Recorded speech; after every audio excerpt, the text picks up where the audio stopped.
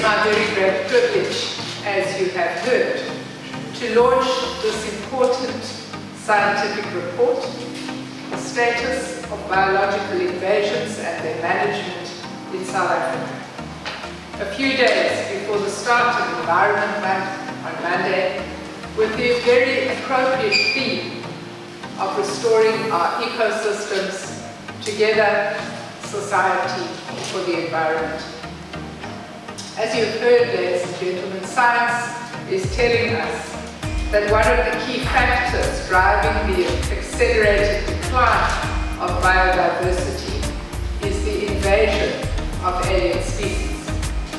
Across the world, invasive species are known to impact on all sectors of society, and in our own country, they not only impact on biodiversity, the economy, human health and well-being, and of course on our sustainable development. The scientific report we are launching today makes a number of important points in this regard. First of all, it tells us that the number of alien species that have established in South Africa has increased by 15%, from 1,637 to 1,880. And a third of these species are now classified as invasive. Formal assessments of the impacts are underway using a UN scheme that was developed in collaboration with SANBI and the Centre of Excellence for Invasion Biology.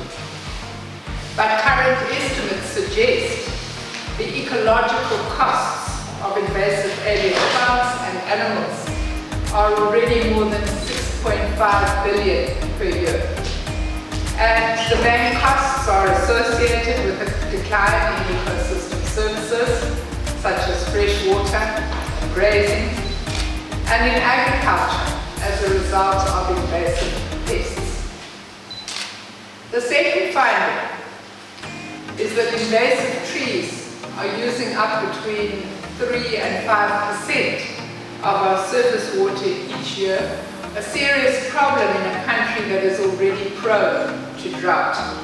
Some scientists have calculated that day zero in Cape Town was brought forward by as much as 60 days, and we can imagine that similar impacts are occurring in the Eastern Cape, where drought is currently pervasive. The third finding is that invasive trees increase the risk and intensity of veld fires, with 15% of fuel burnt in invaded areas. And the consequence of this is that fires burn at a higher temperature and containment measures are more difficult. Biological invasions are the third largest threat to South Africa's biodiversity after cultivation and land degradation, and are responsible for 25% of all biodiversity loss.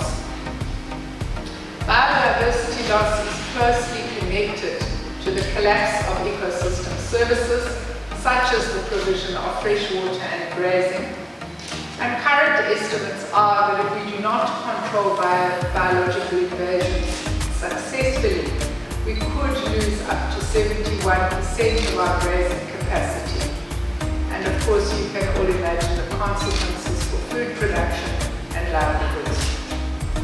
Most disturbingly, the report highlights that new alien species continue to arrive in South Africa every year.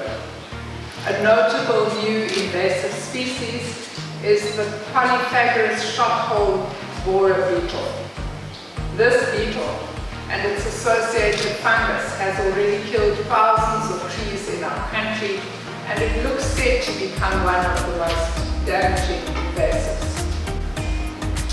And so, in answering the question as to what are we doing to address this enormous challenge, it is important to stress at the outset that our country is a recognized global leader in invasion science.